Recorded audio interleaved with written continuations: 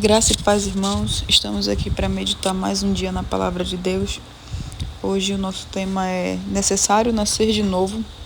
Nós começamos com a passagem lá em João 3,3 que diz: em verdade eu lhe digo, que se alguém não nascer de novo, não pode ver o reino de Deus. Nicodemos era um mestre, um religioso respeitado. Ele conhecia as Escrituras e conhecia a lei, mas ele foi atrás de Jesus à noite e foi tentar entender o que queria dizer isso. Ele pensou que era assim: vou voltar para o ventre da minha mãe. O que significa esse nascer de novo? Isso nos ensina que o conhecimento religioso ou as boas obras, elas não garantem a entrada no reino de Deus. É preciso que a gente esteja uma transformação interior, que ela é realizada através do Espírito Santo. E quando Nicodemos faz a contestação, de como que seria esse nascimento de novo, se é para entrar pela segunda vez no ventre da sua mãe e nascer, que está lá em João 3, capítulo 4, Jesus no capítulo seguinte responde: na verdade eu te digo, se um homem não nascer da água e do Espírito, ele não pode entrar no reino de Deus. Esse novo nascimento, ele quer dizer que a nossa velha criatura, ela deve morrer para que a nova criatura em Cristo Jesus, ela venha resplandecer. A gente precisa abandonar os nossos pecados, a nossa carne e seguir e permitir que o Espírito Santo, ele nos guie. Deixar para trás tudo aquilo de errado, todo o orgulho e reconhecer uma nova identidade como filhos de Deus. Então ele deixou claro, seguindo ali, que em João 3,6 ele fala: o que é nascido da carne é carne e o que é nascido do Espírito é Espírito. Sem esse novo nascimento, nenhum de nós podemos entrar no reino de Deus. Deus deseja nos regenerar, nos dar um novo coração, uma nova mente e também uma nova forma de viver, mas agora pela fé e pelo Espírito. Então, um bom passo para que a gente comece essa transformação é acordar pela manhã, meditar, orar, substituir os pensamentos negativos por verdades bíblicas, aquilo que a Bíblia fala que nós somos fortes, corajosos, somos vencedores em Cristo Jesus, E a gente lê e afirmar isso para a nossa vida, que a gente aprenda a ser dependente do Espírito Santo, que antes de tomar decisões importantes ou decisões do dia a dia, a gente peça direção, peça ajuda de Deus, Que a gente busque agir com mais amor, com paciência, com mais humildade. E assim, aos poucos, nós vamos sendo moldados pelo Espírito Santo. E que cada vez mais a gente vai abandonando o pecado, o ego. A gente precisa avaliar nossas ações, buscar sempre agradar a Deus. Temos que praticar uma coisa assim que é muito fundamental na vida daqueles que seguem a Jesus, que acreditam nele como nosso único Senhor, Salvador, que é praticar o perdão e evitar guardar ressentimentos. Vocês já devem ter escutado alguma vez um ditado que ele diz assim, que a raiva, ela é um veneno que a gente toma esperando que outra pessoa vá morrer. Então, a gente precisa se liberar disso. O perdão, ele é uma atitude muito inteligente, Às vezes a gente pensa assim: não, ele não merece o perdão, ele fez algo terrível, mas a gente acaba se prendendo, se amarrando àquela pessoa e aquela mágoa, aquela amargura vai tomando conta do nosso coração, do nosso ser, a gente vai adoecendo, a gente vai adoecendo a nossa mente, até o nosso corpo, ele é reflexo desses pensamentos ruins, esses pensamentos de prisão com outra pessoa. Então a gente precisa aprender a colocar em prática esse perdão, essa liberação de perdão para as pessoas, independente do que fizeram. Isso é um ato de muita sabedoria que a gente precisa praticar cada vez mais e pensar que o Senhor, ele nos ensina que para sermos perdoados por Ele, nós temos que perdoar aqui também, Que seria muita hipocrisia da nossa parte esperar que o Senhor nos perdoasse e a gente não liberasse o perdão para o nosso irmão, que Ele fala que nós devemos amar, uns aos outros como nós amamos a nós mesmos. Então, isso é um ensinamento que é com certeza um desafio quando nós olhamos com os nossos olhos aqui físicos, mas aos olhos espirituais é muito possível.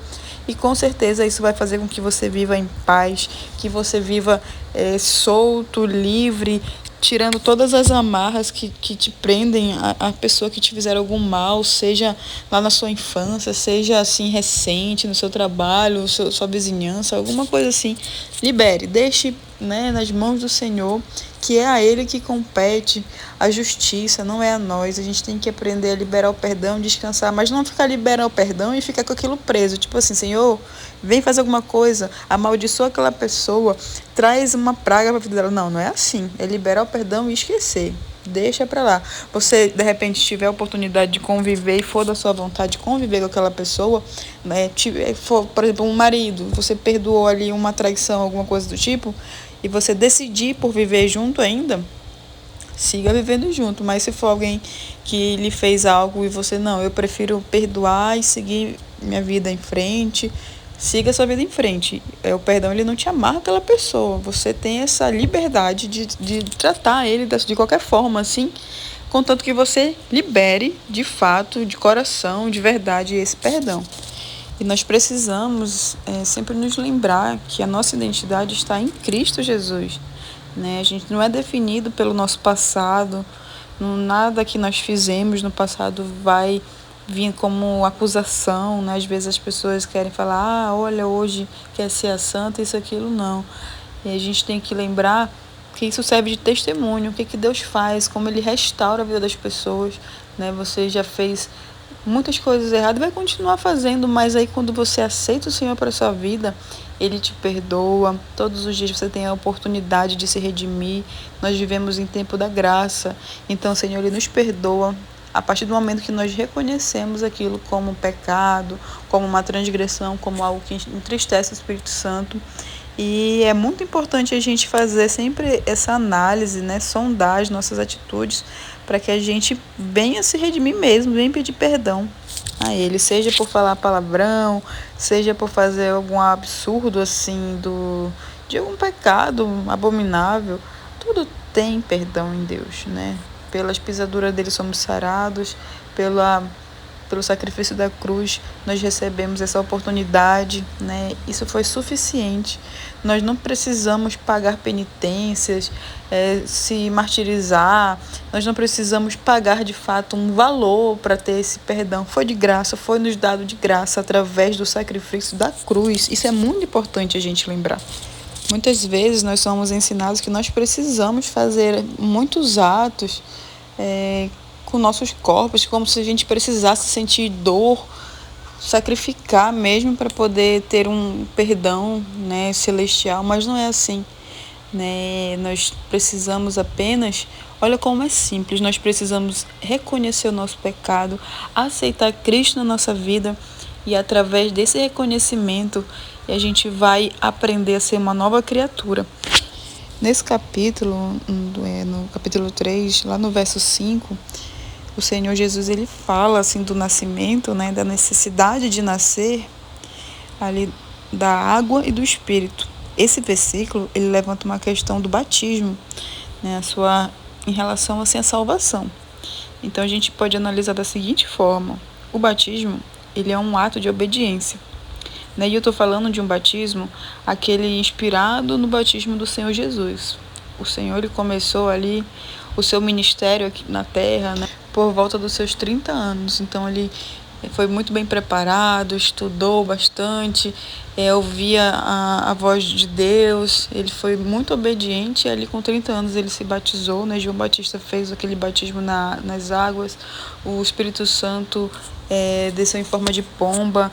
Deus falou ali abertamente com ele que era o filho, que ele sentia prazer, né? Porque ele estava cumprindo tudo que o Senhor tinha falado, cumprindo a lei do Senhor, todo o plano dele que fazia parte do que é hoje a nossa salvação, né? E ele nos deixou esse ensinamento, que a gente precisava se batizar com essa consciência do batismo, não com inconsciência, né? Não por um ato de terceiro para a gente, mas a gente reconhecendo Jesus hoje como nosso Senhor e Salvador e nos batizando como um sinal mesmo de obediência.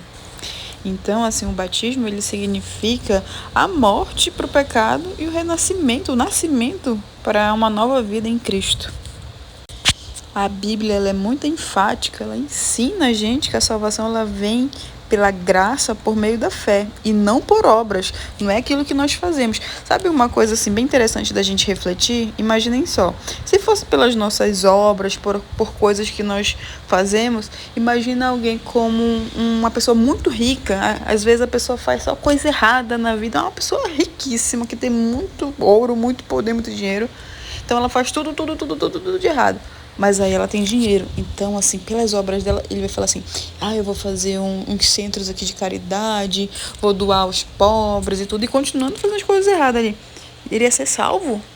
Não. Então, é por isso que não é pelas nossas obras, mas por meio da fé, né? E é de graça, é pela graça.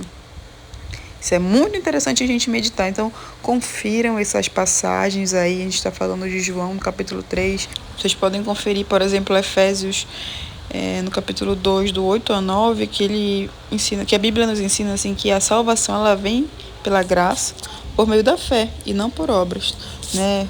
O ladrão na cruz, por exemplo, ele não foi batizado, né? Vamos dar um exemplo, assim, estamos falando de batismo, mas Jesus lhe prometeu o paraíso. Então, isso mostra que o batismo ele não é um requisito absoluto para a salvação, ele é uma obediência, né? E que crer em Jesus é esse caminho para nós alcançarmos essa graça, né? Porque esse crer, ele vem, essa fé, né? Vem através de crermos no sacrifício dele como único suficiente para termos a salvação, termos o nosso nome no livro da vida.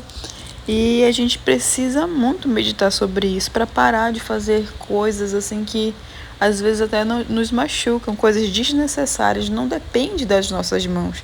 O Senhor ele já passou por tudo, né? Ele ali na cruz, na verdade, éramos todos nós pecadores. Ele não era pecador, ele não tinha nada que o transgredisse.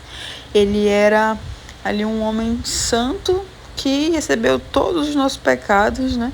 Quando Deus olha por ele ali na cruz, ele vê a gente, né? E aí precisa cumprir tudo aquilo ali, a morte dele na cruz para vir a ressurreição e através disso nós termos essa oportunidade de sermos salvos.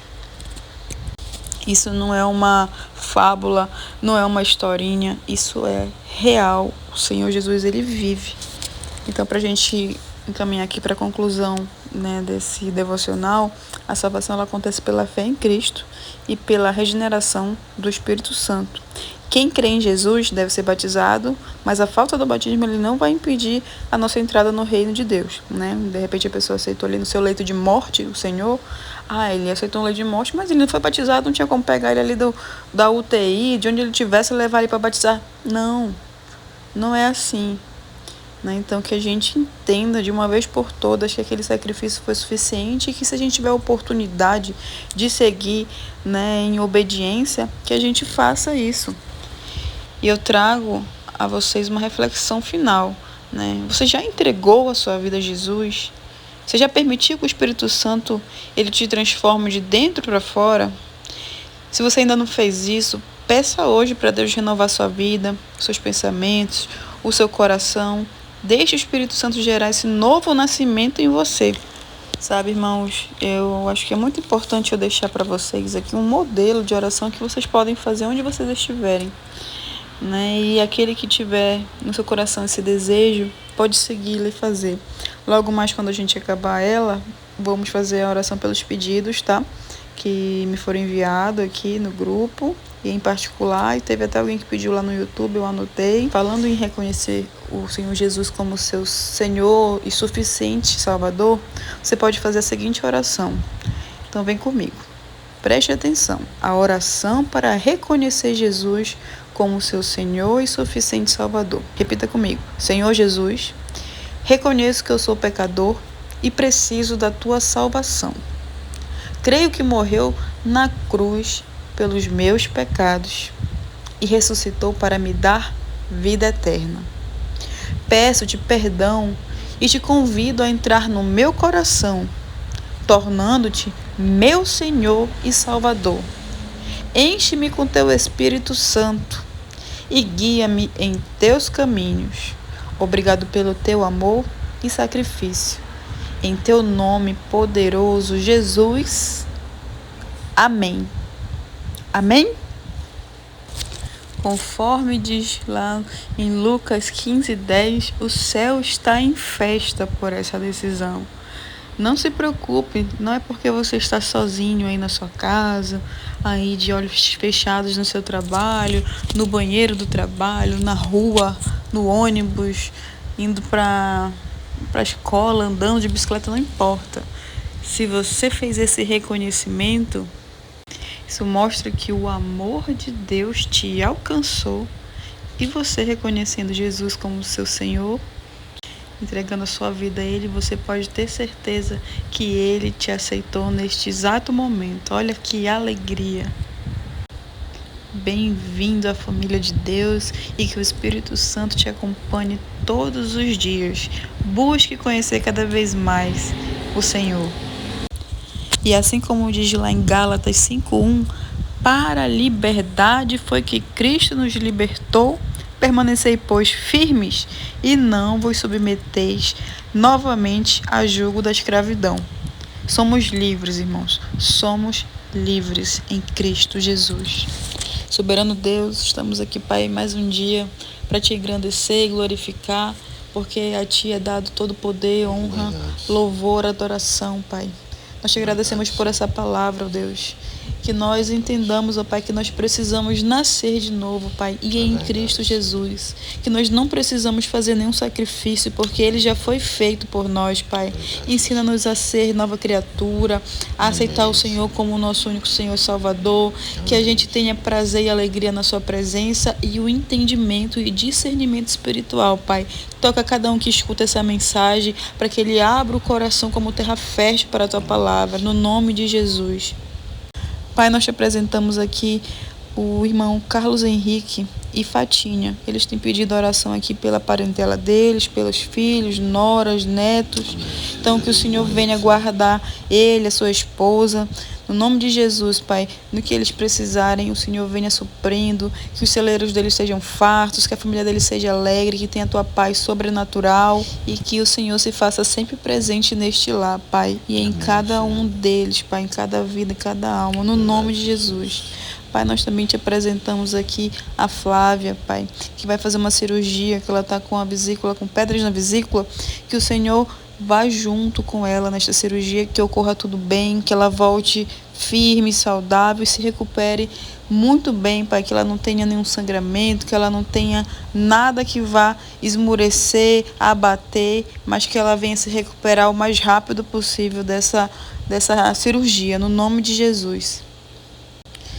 Pai, nós te agradecemos também pela vida de cada um que nos ouve, que eles possam ser muito tocados com essa palavra, que eles meditem nessa palavra, que eles contestem também, que eles vão lá na Bíblia e olhem se isso é verdade que está sendo falado dessa forma, que eles olhem todo o contexto para que eles vejam a Tua palavra e como o Senhor fala conosco quando nós abrimos essa palavra viva e eficaz que é a Bíblia, Pai, que pela Tua misericórdia nós temos acesso a equilíbrio no nosso país, enquanto muitos outros estão sendo perseguidos e não podem ter esse acesso, Pai. Que nós aprendamos cada vez mais valorizar isso aqui no nosso país, no nosso Brasil. No nome de Jesus eu peço, Pai, que o Senhor possa abençoar cada um desses irmãos e dessas irmãs que estão ouvindo a Tua palavra, Pai, que eles saibam que nada é para mim nem para o David, mas tudo é para a Tua honra, para a Tua glória, porque é o Senhor que é digno de toda essa honra, glória, louvor, adoração e poder, Pai. É o Senhor que faz todas as coisas. Nós estamos aqui cumprindo o ID do Senhor em falar das Tuas boas novas, que em breve o Senhor vem e que eles estejam preparados para isso, no nome de Jesus, Pai, para que todos nós possamos ser um dia ali vizinhos nas moradas celestiais, ó Deus, para Te adorar, para Te engrandecer e para cumprirmos todo o Teu plano, no nome de Jesus.